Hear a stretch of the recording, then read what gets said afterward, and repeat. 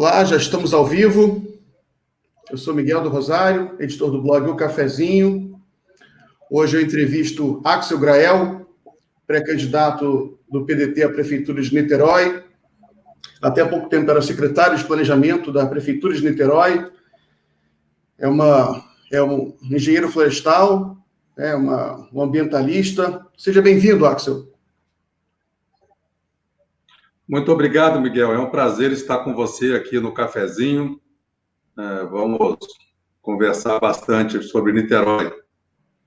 Tá bom.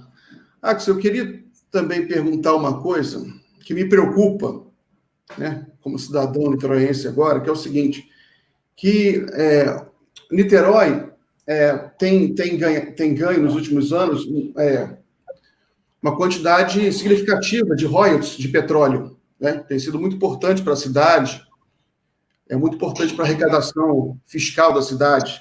Só que a cotação do petróleo caiu muito e, eventualmente, durante os próximos anos, esses royalties também vão cair muito. Então, você acha que Niterói aguenta o tranco aí de ficar sem esses royalties durante alguns anos? Olha, o nível de dependência que a cidade tem do royalty é muito menor do que outras cidades, né? Hoje, o royalty ele impacta cerca de 35% da arrecadação da cidade. E se você pensar que, na verdade, o salto de arrecadação de royalties de Niterói, ele começou principalmente em 2017. Então, e a cidade já vinha com todo um esforço grande de investimentos, né, uma capacidade de investimentos que veio do saneamento da sua situação fiscal.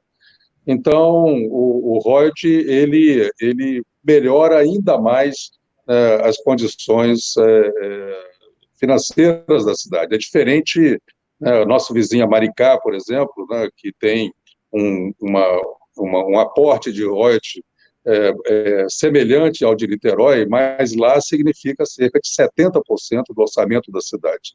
Então, o nível de dependência é muito maior. Se você comparar com Campos, com Macaé, outros municípios, eles têm uma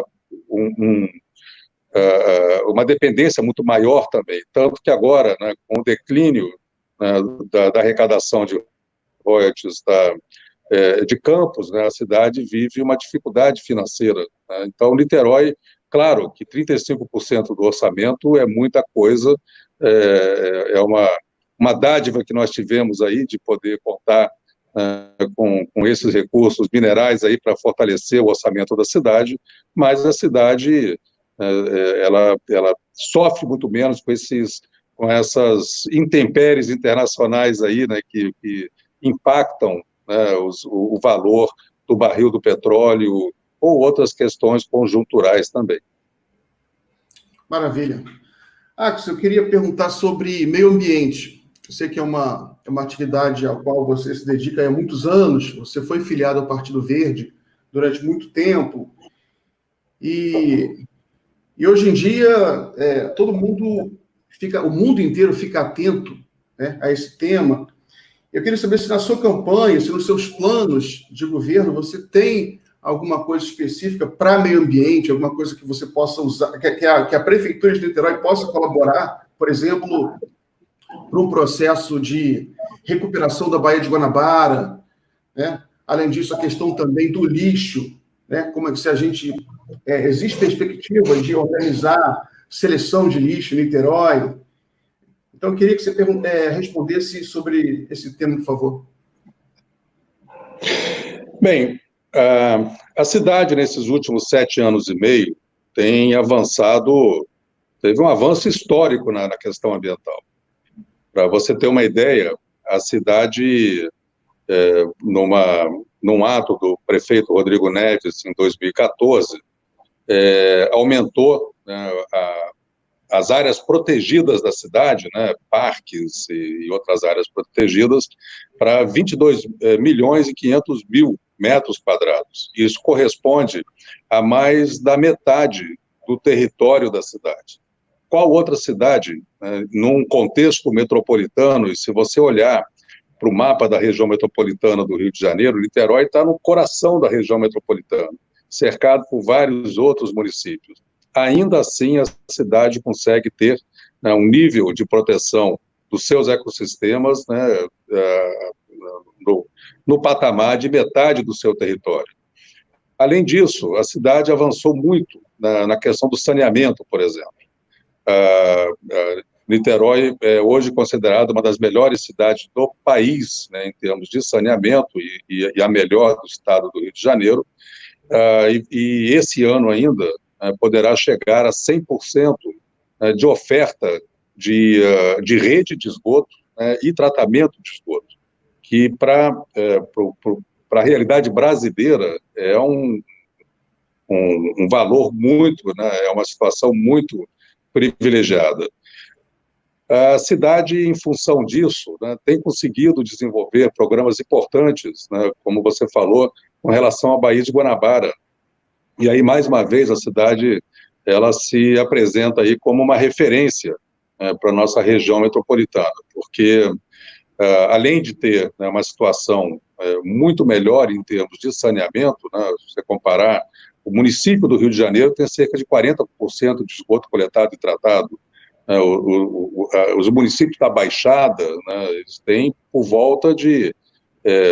São Gonçalo tem 5%, os municípios da Baixada têm municípios que têm praticamente zero, né, de tratamento.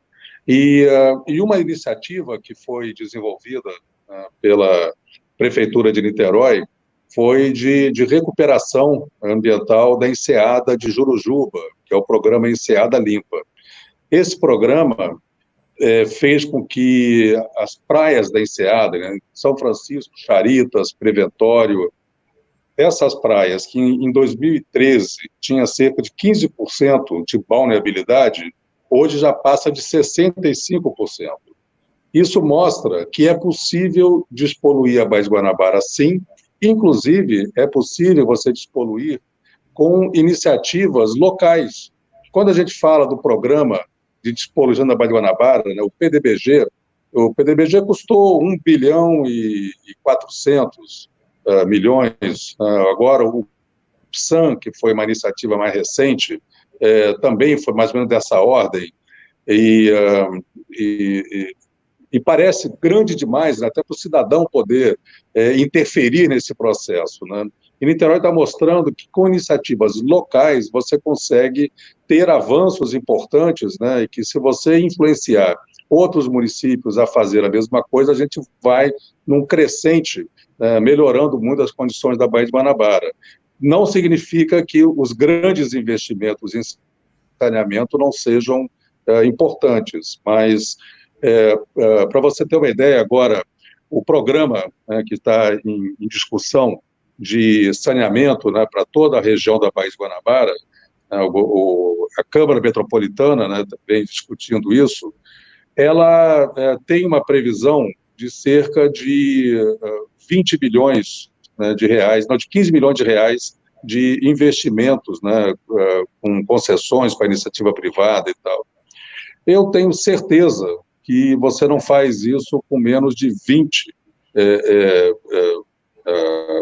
bilhões.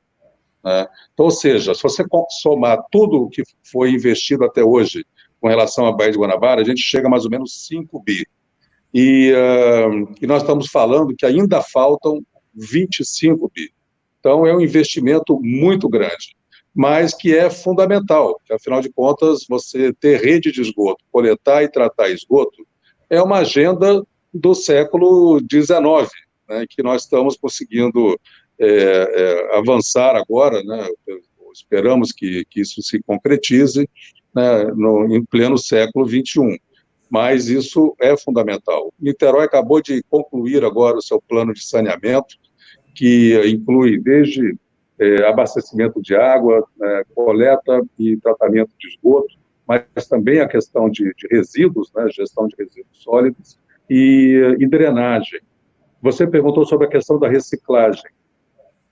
Niterói é a segunda cidade do país em termos de gestão de resíduos sólidos. Existe um ranking chamado ISLU, que é promovido pelo Sindicato das Empresas, né, de coleta e disposição de resíduos, e Niterói é a segunda melhor cidade do país em gestão de resíduos. Então, e vários outros investimentos estão sendo feitos agora que vão levar a nossa capacidade de coleta, né, de coleta seletiva e reciclagem, poderá nos levar aí até cerca de 7% de todo a produção, né, de resíduos, né, de lixo na cidade de Niterói. Muito bom. Grael, vamos passar um pouco para a política, né? Você, como eu já falei antes, você militou a vida inteira, foi filiado ao Partido Verde, agora você entrou no PDT. O que te levou a tomar essa decisão? Então, o PDT é um partido que tem uma história em Niterói, né, já são aí pelo menos umas 2 décadas, aí, 25 anos pelo menos, de governos, né, do PDT, com resultado, né, acho que o trabalhismo deixou, né, um legado importante, né, na cidade. Você vê que mesmo com havendo ainda comunidade que ainda demanda grandes investimentos de infraestrutura, mas as favelas aqui não são como em outras cidades, né? Então, porque houve, ao longo desse tempo todo, uma preocupação, um investimento bem razoável na infraestrutura, e isso precisa ser ainda mais incrementado, porque uma das grandes prioridades da cidade tem que ser diminuir, né, esse distanciamento, né, urbano que você tem em várias regiões da cidade. Então, eu, desde quase a origem do Partido Verde, né, eu fui filiado ao Partido Verde, e agora, né, a convite, né, do prefeito Rodrigo Neves, eu decidi, né, ir para o PDT, que era um partido que compunha melhor, né, as relações, né, com outros partidos aqui de Niterói, né, que formam essa aliança, né, que está em torno dessa nossa pré-candidatura. E também o PDT é um partido, né, com o qual eu me sinto muito à vontade. Eu participei, né, do segundo governo Brizola. Eu fui presidente do Instituto Estadual de Floresta nos 4 anos, né, do governo Brizola. Tive uma sorte enorme de ter podido trabalhar ao lado, né, do senador Darcy Ribeiro, uma das minhas grandes escolas, né, assim, na minha vida como gestor público, como planejador público, né? Então, nós desenvolvemos, o doutor Darcy atuou na área de proteção do Parque Estadual da Pedra Branca, lá no Rio, e eu era, digamos, o agente executor, né, do planejamento que o doutor Darcy fez. E também o meu pai era uma pessoa próxima ao PDT, então eu me sinto muito à vontade no PDT, e eu acho que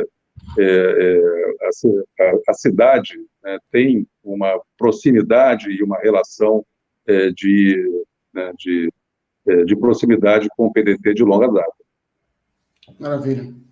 Axel, ainda nesse tema do meio ambiente, né, uma das críticas que se faz ao projeto nacional de desenvolvimento do PDT, do Ciro, né, é que falta, o próprio Ciro é autocrítico em relação a isso, falta uma perna ambiental, um projeto de sustentabilidade mais forte. Você acha que você poderia ajudar nisso? E você acha que você acha que no Brasil, né, que poderia ser mais importante para o desenvolvimento nacional? O que o meio ambiente poderia oferecer? Bom, eu estou à disposição do partido para ajudar a construir uma proposta, né, para o país. O partido tem vários outros nomes também aí muito qualificados para desenvolver esse estudo. Eu, durante muito tempo, me dediquei, né, a refletir sobre as políticas públicas ambientais, né, do país. Eu fui vice-presidente da ABEMA, que é a Associação Brasileira das Entidades Governamentais de Meio Ambiente, e nós promovíamos vários estudos, vários fóruns de discussão. Se você quiser que eu diga qual é o primeiro ponto que nós precisamos superar, né, com relação a isso, é esse falso olhar de que existem duas coisas antagônicas, né? O desenvolvimento e a sustentabilidade. Isso veio até a Conferência do Rio de Janeiro, né, Rio 92, que ainda se chamava Conferência das Nações Unidas para o Desenvolvimento e o Meio Ambiente, como se fossem duas coisas, e a partir dali veio o conceito de sustentabilidade. Hoje, diante das questões climáticas, né, e várias outras questões planetárias, o Brasil tem um papel de destaque. O país tem talvez uma das melhores condições de contribuir, né, para que se avance na agenda climática, que é uma agenda que interessa a humanidade como um todo. Nós estamos vendo, né, o impacto, a dimensão que um problema planetário, né, como esse dessa pandemia, né, como é que isso pode ser tão grave. Agora, imagina se uma mudança climática, né, a gente pode chegar a um patamar que mude completamente, né, o clima na Terra, influenciando na agricultura, influenciando nas cidades que estão à beira-mar, como é o caso do Rio de Janeiro, e várias outras cidades litorâneas do país. Aliás, uma boa parte da nossa população está na faixa litorânea. Então, isso é fundamental. E o Brasil tem vastas extensões de terras, né, que podem ser recuperadas, né, através de reflorestamento, e com isso você coletar, né, carbono da atmosfera. Então, além de poder ajudar, né, a resolver a questão climática do mundo, o Brasil tem como se beneficiar muito, até comercialmente, disso, né, atrair investimentos. Para isso, a gente tem que sair do papel de vilão que nós nos metemos agora recentemente, inclusive os países que tentaram ajudar o Brasil na agenda ambiental foram praticamente escorraçados daqui. O grande fundo que existia para a Amazônia, o governo decidiu abrir mão desse fundo, e não consegue substituir por nenhuma outra plano de investimentos lá ambientais para a região.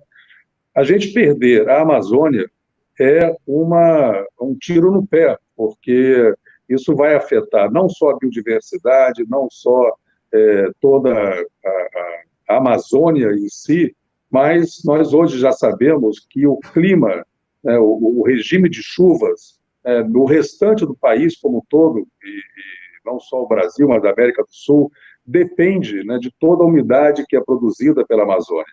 Então, se por um lado, né, existe uma má política, né, de avanço, né, da agropecuária sobre a Amazônia, a gente precisa entender que isso pode colocar em risco toda a produção agropecuária do país. Então, eu acho que esse debate é um debate importante a ser feito. Tem toda uma agenda ambiental urbana que precisa ser abordada também. Hoje nós estamos vendo aí um retrocesso na legislação no que se refere ao licenciamento ambiental. Eu também sou muito crítico, né, às nossas regras atuais de licenciamento, mas não é simplesmente passar a boiada, como quer o nosso ministro, nós vamos resolver isso. A gente tem que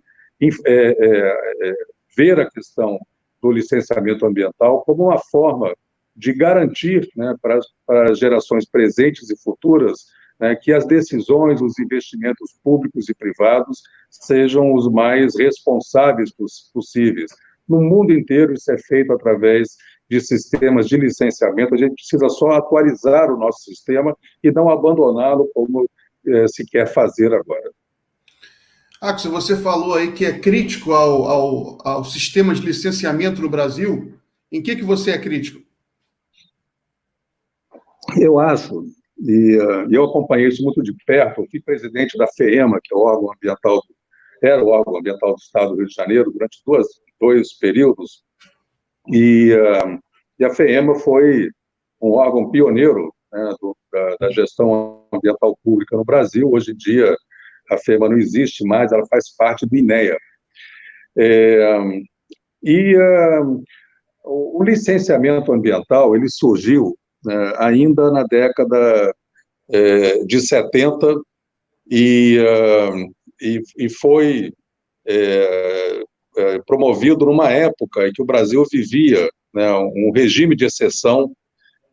Então, até hoje, existe uma certa expectativa, né, que o licenciamento ambiental ele seja praticamente um checklist de todas as políticas públicas. Então, quando você faz um estudo de impacto ambiental, você verifica, ou um licenciamento ambiental de uma obra maior, você, no licenciamento, você aborda arqueologia, que tem o IPHAN, que é um órgão responsável por isso, você aborda várias questões urbanas que são de responsabilidade municipal, você aborda questões diversas, né, de vários órgãos.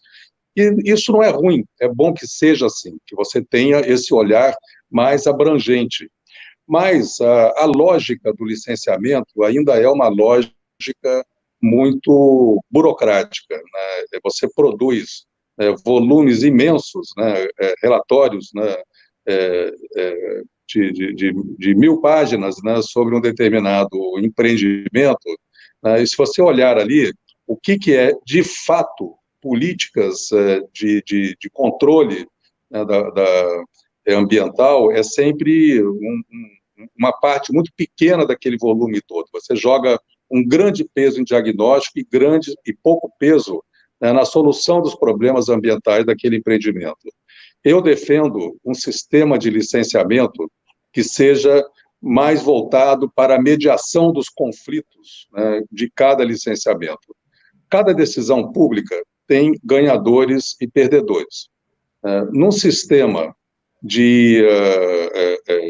do Estado democrático de direito, você não pode admitir que, mesmo que seja o empreendimento seja bom para a maioria, mas a maioria não pode esmagar a minoria. Você tem que ter formas de mediação que se você vai, por exemplo, implantar um aterro sanitário num determinado local, e se aquela é a melhor opção para uma região metropolitana, como é o Rio de Janeiro, é óbvio que, enfim, se não há outra solução, tem que ser naquele local, mas quer dizer, ninguém quer um aterro sanitário perto de casa, todo mundo acha que é muito bom, tem que ter sim, mas lá no bairro do vizinho. Então, IML, penitenciária, aterro sanitário, todo mundo acha que tem que ter mais longe da minha casa. E em algum lugar tem que estar. Então, acho que se o licenciamento ambiental, se ele encampasse, né, alguns procedimentos e preocupações de mediação de conflito, se toda a região metropolitana vai se beneficiar daquela decisão, então, quer dizer, quem mora ali perto tem que ser compensado, né, pelos problemas que aquilo vai trazer para aquele bairro.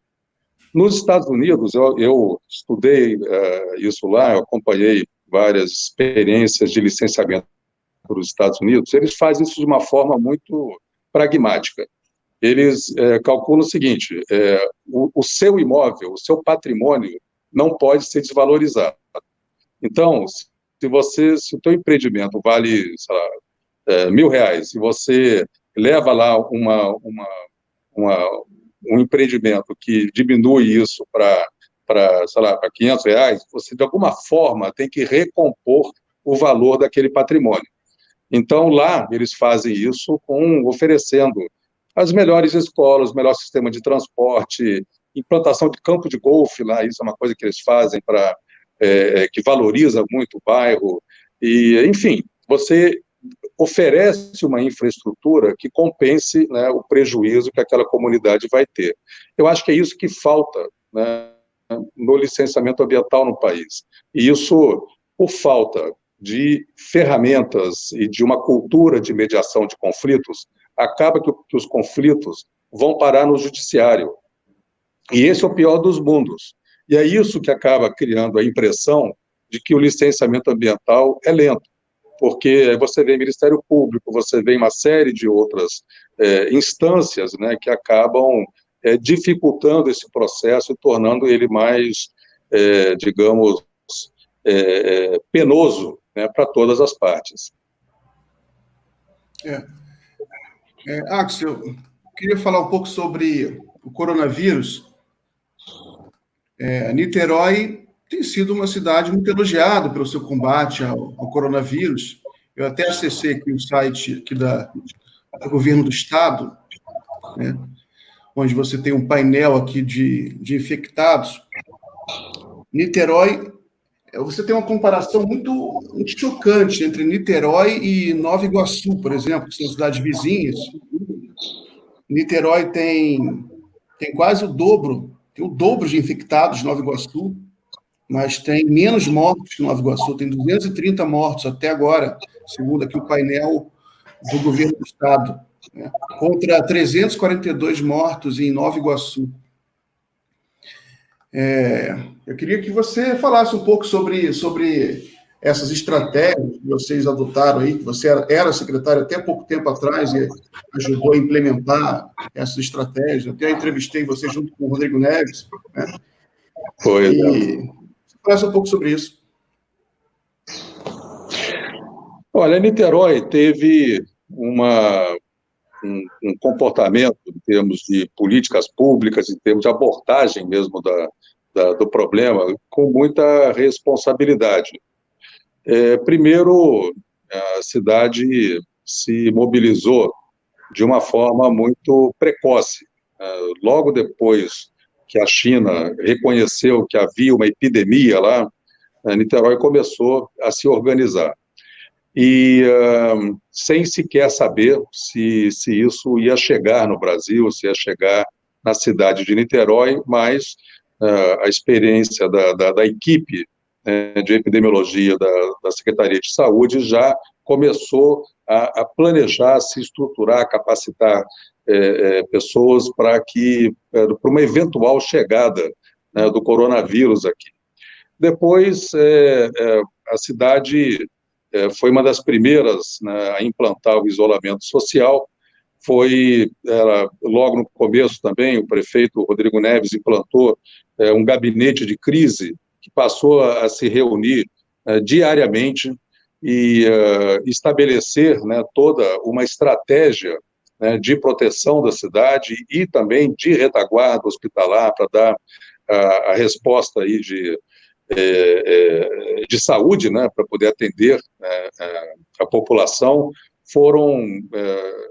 Aumentou-se muito o número de leitos, né, para atender a demanda, e uma coisa que fez, acho que duas questões foram muito importantes.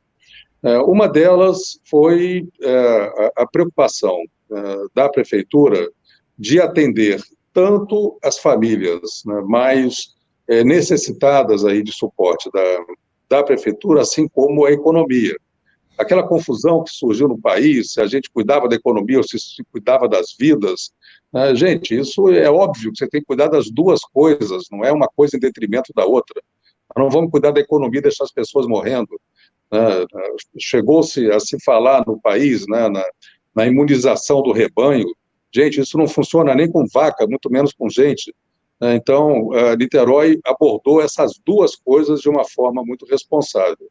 Eu coordenei as políticas sociais, né, do governo naquela ocasião, e foram distribuídos, né, os cartões, né, pré-pagos para cerca de 50 mil famílias de Niterói. Isso corresponde a quase a metade da população.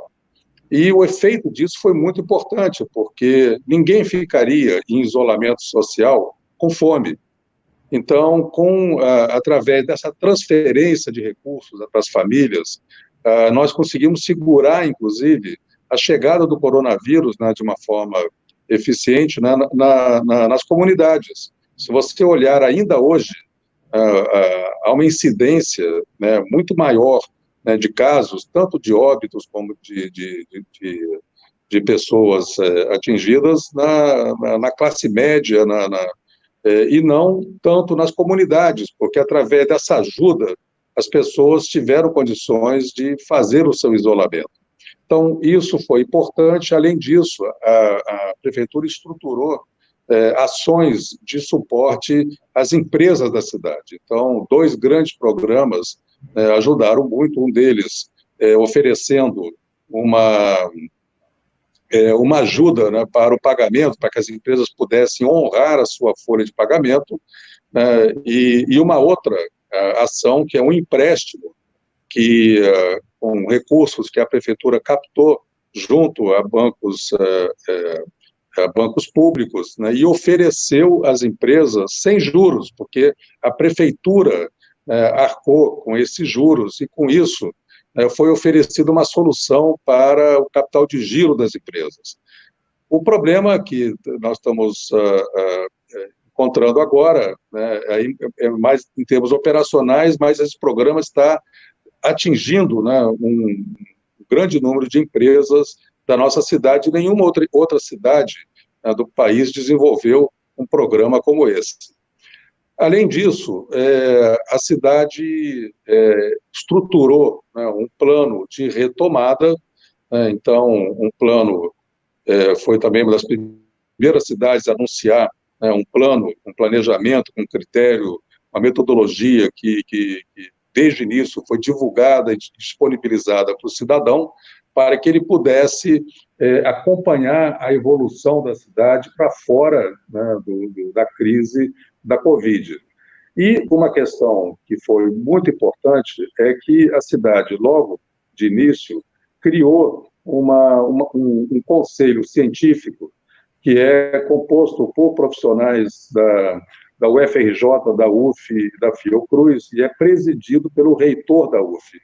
E esse conselho é que chancela, né, a evolução, né, da nota da cidade, para que as pessoas possam ter transparência e compreender como que a gente está avançando para fora, né, da crise da Covid. Outras cidades também criaram esses conselhos científicos, só que não ouviram o conselho. Aqui não, o conselho, a prefeitura, de fato, ela segue, né, essa chancela do conselho científico para definir as suas ações. Isso evita o que outras cidades estão vivendo, né, de vai e volta, você abre uma determinada atividade, daqui a pouco você fecha novamente. Isso é muito mais caro para a economia do que você fazer isso de uma forma controlada e responsável, como a cidade está conseguindo fazer até agora. Maravilha. Axel, vamos voltar um pouco para a política. Eu queria saber a sua opinião sobre o governo Bolsonaro, né? Na sua opinião, quais são os pontos mais críticos da administração? E se você vê algum ponto positivo na administração, eu queria saber a sua opinião sobre o governo. Bom, eu me preocupo muito com 2 aspectos principais, né? Um aspecto da área ambiental, que é caótica. A área ambiental é um retrocesso, nós estamos recuando, né, de avanços que foram conquistados ao longo de décadas. Então, eu tenho uma preocupação muito grande, né, com o que está acontecendo. Nós estamos não só tendo consequências físicas, né, assim, incêndio, queimadas na Amazônia, grilagem, são retrocessos gravíssimos que vão custar muito caro ao país. Além disso, isso gera uma imagem, né, de vilão, né? Nós viramos um pária internacional na questão ambiental, o que é muito frustrante, né? A postura de irresponsável, né, com relação à questão climática, tudo isso é muito preocupante. Mas a segunda questão que mais me preocupa é a falta de capacidade de diálogo do governo. Essa questão de uma estratégia de manter o conflito permanente, você agora diminuiu um pouco, né, em função aí de uma exposição menor, né, do presidente, mas, quer dizer, o país ele já vinha, né, de uma crise, né, uma crise econômica talvez a mais grave aí da história que a gente está agora, e a gente só sai disso com diálogo, né, não, então, o que a gente precisa, o que o país precisa é unir forças, né? E o que o país precisa, cá entre nós, assim, o mais importante de tudo, é um projeto de nação. O Brasil até hoje não conseguiu construir um projeto de nação. Então, para mim, eu entendo políticas públicas, eu entendo a gestão pública em torno de projetos. Você tem que criar um cenário futuro e estabelecer as estratégias para chegar lá. E o Brasil não sabe que cenário futuro é esse. Então, assim, as duas questões que mais me preocupam são essas, quer dizer, esse flerte, né, com o autoritarismo, essa falta de diálogo, e a tragédia que é a questão ambiental nesse governo. E tem algum ponto positivo? Olha, sinceramente, eu não vejo pontos positivos assim que sejam capazes de compensar o que a gente está vendo aí de problemas, né, nesse momento. Axel, Bolsonaro ganhou no Rio de Janeiro com quase 70% no estado do Rio de Janeiro. Aqui em Niterói também ganhou as eleições, né? Aqui, no primeiro turno, foi Bolsonaro em primeiro lugar, Ciro em segundo, Haddad em terceiro. Eu queria saber qual a análise política que você faz desse resultado eleitoral, até para a gente poder entender o que vai acontecer também em 2022. Eu acho que o país vivia um viés de mudança, né, em função aí da crise política, né, que vinha se agravando. Eu acho que, de alguma forma, esse fenômeno Bolsonaro conseguiu capitalizar o sentimento, de mudança. De um lado, a gente tem um componente, né, da direita do país que estava subrepresentado, né? Acho que ninguém tinha ideia da dimensão, né, do tamanho, né, dessa direita, e ela, de certa forma, se viu representada ali por aquela candidatura, que se somou, né, com uma reação de resistência contra toda a questão do PT, do ciclo, né, do partido, e também com fenômenos que foram muito locais também, né? Então, também tínhamos contextos, né, nos estados e nos municípios que levaram a isso. Eu acredito que aqui em Niterói, pelo menos, não há esse viés de mudança agora, né? O prefeito Rodrigo Neves foi reeleito mesmo num contexto maior, num contexto nacional e regional de mudança, né? Mas ainda assim, quer dizer, houve a definição do eleitor de Niterói pela continuidade da gestão, e hoje a gestão do Rodrigo é uma gestão muito bem avaliada, né? Eu tenho aí a convicção de que o viés agora é de continuidade, não é um momento, né, de se correr grandes riscos, né, de fazer experiências arriscadas, e acho que o momento é um momento de continuidade de uma boa gestão que vem acontecendo. Axel, eu vou colocar uma pergunta na tela de um dos internautas, tá? Aí a gente vai ler essa pergunta e você, se puder, você responde. Alexandre Jardim. Você consegue ler a pergunta dele aí, Axel? Eu estou lendo, sim. Pré-candidato a prefeito de Niterói, Axel Grael, poderia falar a respeito do novo normal e o projeto de geração de emprego com desassoreamento do canal de São Lourenço, visando facilitar os estaleiros navais com o Campo de Lula, facilitando o recomeço dos empregos em Niterói. Alexandre, essa sua pergunta é muito importante. Eu tenho certeza que a preocupação de todos agora é com esse novo normal que vem pela frente. E esse normal, ele vai ser tão bom quanto nós formos capazes de fazê-lo melhor, né? Então, se a gente cruzar os braços e esperar que esse futuro venha, né, como a gente sonha, ele não virá. Ele poderá ser até pior do que a gente tinha antes. É preciso que todos nós arregaçamos as mangas para construir esse novo normal. E a cidade, né, de Niterói está criando as condições para isso.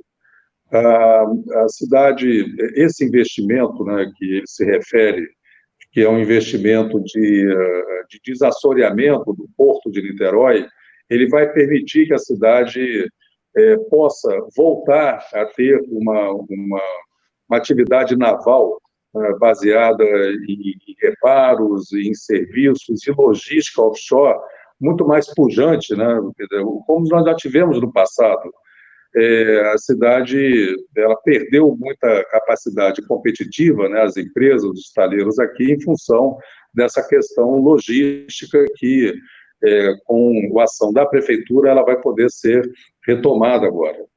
E essa atividade naval em Niterói, ela gera muitos empregos, ela gera, né, toda uma cadeia produtiva, né, em torno, né, do fornecimento de serviços e de material. Então, ela movimenta até mesmo a atividade hoteleira da cidade, né, porque os navios que vêm aqui para receber serviços, né, as suas tripulações ficam hospedadas, né, nos hotéis da cidade durante essas ocasiões. Então, é fundamental. Além disso, existem outras possibilidades, né, na área de ciência e tecnologia. Niterói desenvolveu uma parceria com a Universidade Federal Fluminense para financiar, inclusive, pesquisas, né, de que sejam de interesse, né, do desenvolvimento da cidade, e muitos esses estudos e pesquisas, né, que a cidade disponibilizou R$ 25 milhões para custear esse esforço da UF, todos eles, uma boa parte desses estudos estão em torno, né, de opções, né, de avanços, né, na cidade que vão repercutir também na geração de empregos e oportunidades de trabalho. Então, são 78 projetos que foram aprovados, muitos mais assim na área do planejamento, mas a grande maioria desses projetos são projetos que vão resultar em melhoria da qualidade de vida de Niterói, e isso aumenta a capacidade competitiva, né, da cidade para atrair investimentos e, com isso, poder, né, ter uma performance melhor, né, nessa retomada aí, nesse novo normal. É importante dizer que todos esses investimentos, né, todas essas ações que a prefeitura desenvolveu, apoiando as empresas, né, permite que elas tenham uma capacidade de recuperação melhor, né, quando tudo isso passar. E isso vai, com certeza, fazer com que a cidade tenha essa vantagem competitiva aí para avançar nesse novo normal. Maravilha.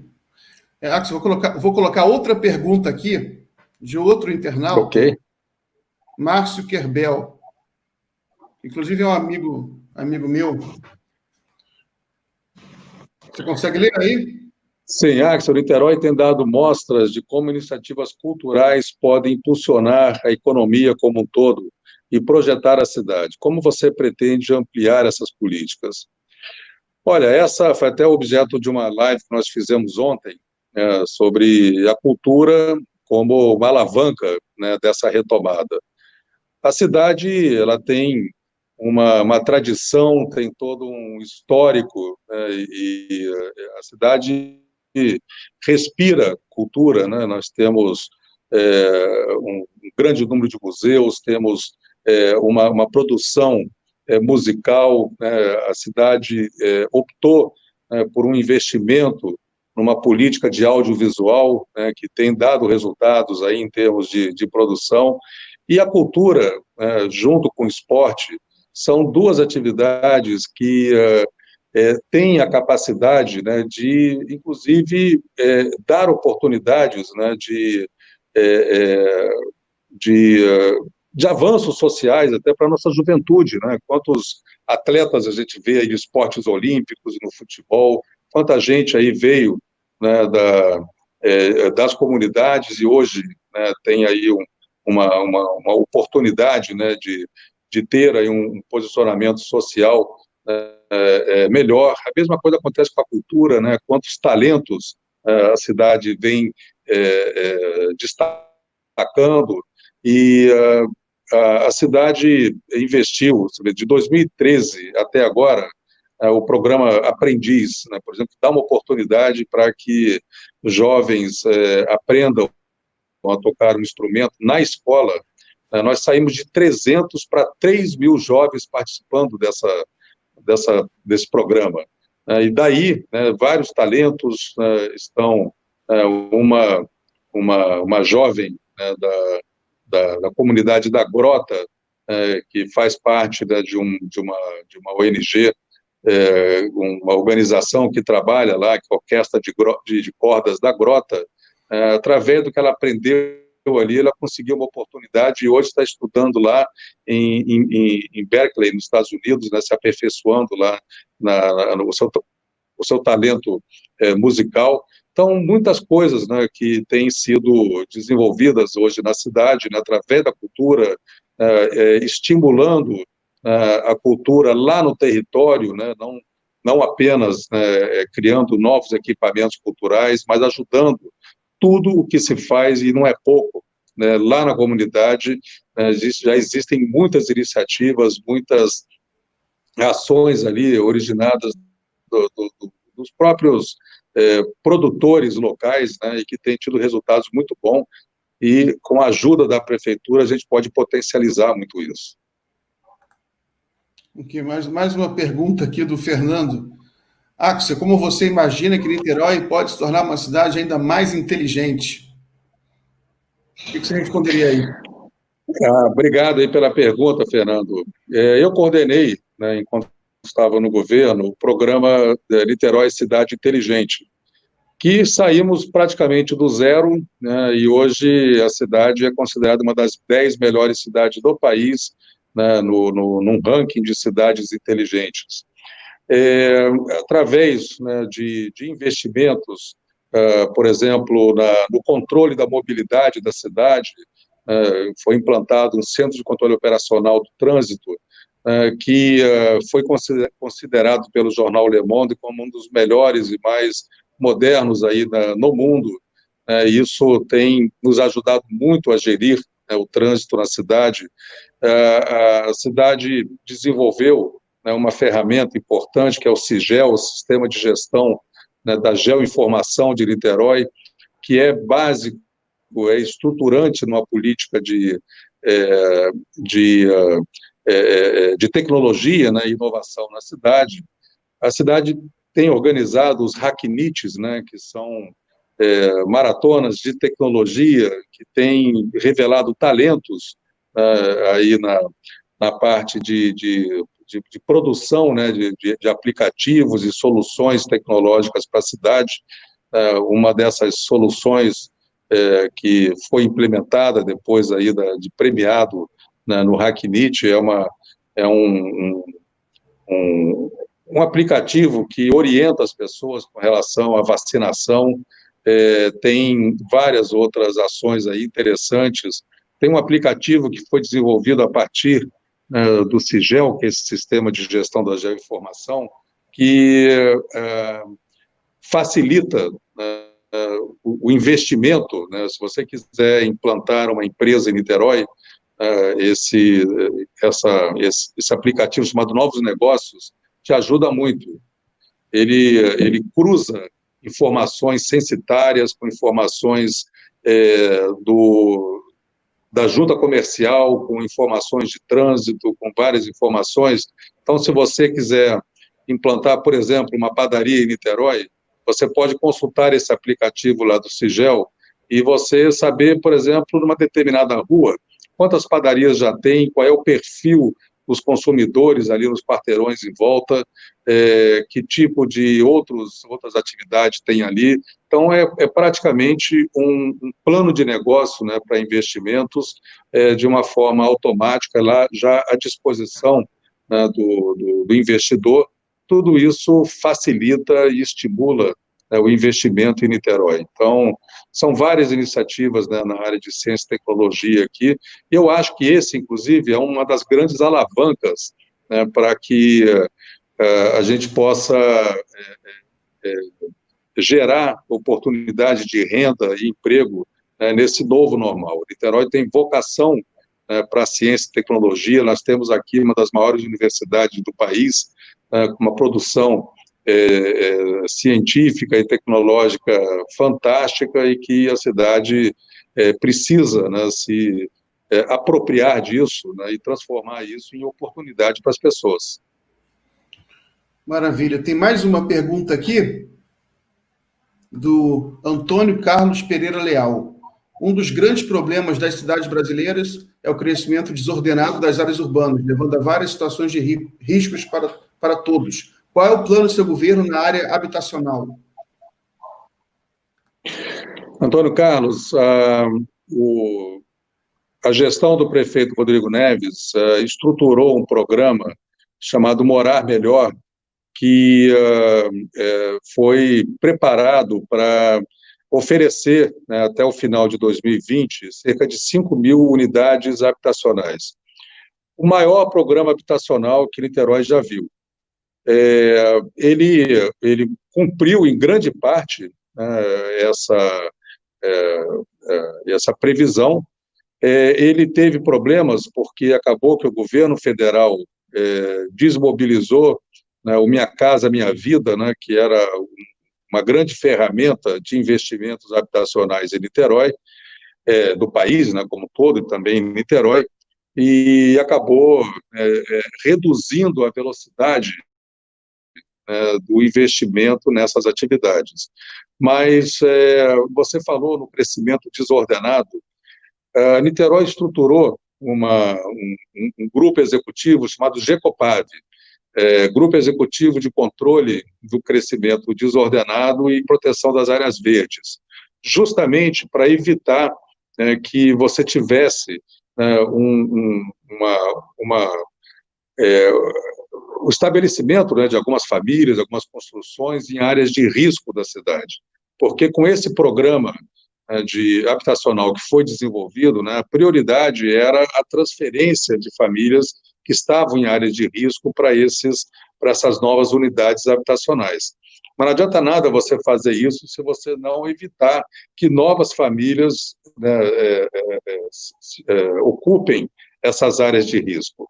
Então, o GECOPAV, né, já demoliu quase 200 casas, né, que estavam sendo construídas em lugares irregulares, né, e de risco, para justamente controlar e evitar um maior problema de crescimento desordenado, como você alertou. Axel, vamos encaminhar para o final da entrevista, né? A gente já conversou por 1 hora. Então, eu não perguntei sobre educação, né? Que é responsabilidade da prefeitura, e hoje em dia existem muitos estudos que mostram que os primeiros anos de aprendizado são determinantes para a inteligência da criança. Então, a gente podia terminar falando desse tema, aí você já responde, já fala suas palavras, suas considerações finais, e a gente encerra a entrevista. Pois não, Miguel. Nessa questão da educação, foi onde houve a maior atenção, né, e o maior cuidado de investimentos, buscando justamente o que você falou, atender a demanda da cidade, principalmente para os primeiros anos, né, de educação. Então, foram construídas 25 novas escolas, né, durante a gestão do prefeito Rodrigo Neves, com uma ampliação, né, muito grande, né, do programa de educação da cidade. Para você ter uma ideia, de 2014 a 2020, né, houve um aumento de 7,4%, né, do orçamento da área de educação, e havia uma previsão ainda maior agora em 2020, mas acabamos sendo surpreendidos aí pela pandemia e toda essa necessidade, né, de interromper, né, o período letivo, o que afetou muito esse investimento. Mas eu acredito muito que a educação é a forma de você estruturar e criar os caminhos, né, do desenvolvimento social, né, e como a gente já falou aqui, né, tanto cultura e o esporte, né, eles podem cortar caminhos aí no crescimento, no desenvolvimento social, da cidade, e Niterói planejou todo um conjunto de investimentos também na área do esporte, implantação de um parque esportivo, né, no centro da cidade, ali na concha acústica, né, e estruturou também, né, um programa importante, né, na zona norte da cidade, né, que já foi entregue, inclusive, que é o Parque Esportivo do Caramujo, que prevê uma série de ações educativas também. Então, a cidade investiu na educação formal, né, e tem tido bons resultados com isso, e investiu também na educação, né, informal e não formal, que são essas oportunidades, né, de levar oportunidade de aprender lá para a comunidade, né, lá para perto, né, desses jovens que precisam, né, do apoio da escola. E uma boa experiência também de Niterói foi um programa que eu idealizei, ajudei a estruturar, que é o Niterói Jovem Ecossocial. É um programa que selecionou 400 jovens em comunidades, né, de risco social, para que eles trabalhassem, né, mediante, inclusive, uma bolsa, né, que é oferecida pela prefeitura, trabalhassem em programas de reflorestamento de encostas e programas de saneamento nas comunidades, defesa civil nas comunidades, e também, em alguns lugares, assim, por exemplo, Preventório, onde é próximo, né, de lugares onde a prefeitura está implantando trilhas, em áreas protegidas, eles também ajudarão a implantar isso. E a contrapartida é que esses jovens, eles participem de programas de profissionalização e de inclusão no mercado de trabalho, que é uma parceria da prefeitura com a Firjan e com o Senai. Então, são oferecidos cursos profissionalizantes para que esses jovens tenham uma opção, né, e tenham um caminho, né, assim, mais venturoso aí a ser seguido, e que com isso eles possam se inserir socialmente, e ter aí um futuro melhor. Então, são várias ações, né, que estão sendo desenvolvidas na área da educação.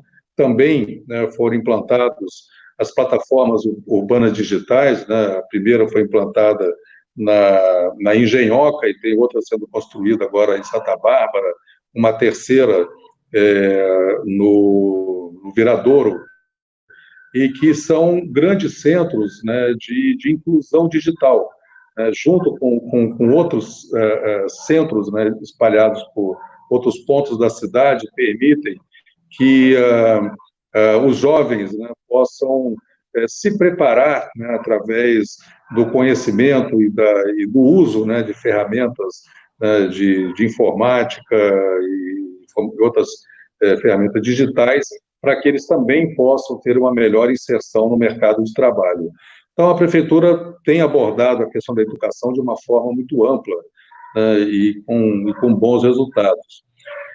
Enfim, eu queria te agradecer, então, Miguel, e por essa oportunidade aqui de uma conversa através do seu cafezinho, né, eu acho que é uma iniciativa de sucesso aí, todo mundo, quando você fala do cafezinho, todo mundo já sabe o que é, né, então acho que você tem aí um grande número de admiradores e pessoas que seguem aqui a sua agenda de conversas, e eu fico muito grato de você ter me incluído aí nessa sua programação e te desejar uma ótima experiência, né, como morador de Niterói, você que acabou de chegar aí, seja bem-vindo a bordo e tenho certeza que você vai gostar muito, né, inclusive onde você mora, é um lugar muito legal ali.